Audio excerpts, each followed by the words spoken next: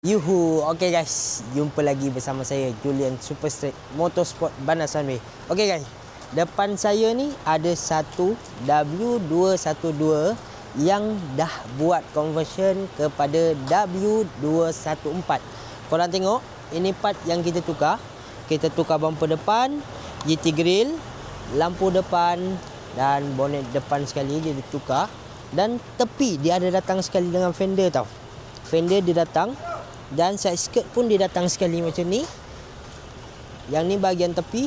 So bahagian belah belakang pula, I tunjuk you orang bahagian belakang macam ni tau. Bahagian belakang dia datang bumper belakang, diffuser, exhaust tip, lampu belakang macam ni. Dan dia datang dengan terang bonnet sekali.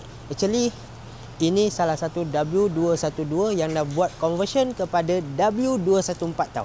So untuk korang owner-owner Mercedes, jangan lupa datang jumpa saya dekat Super Straight Motorsport Bandar Sunway.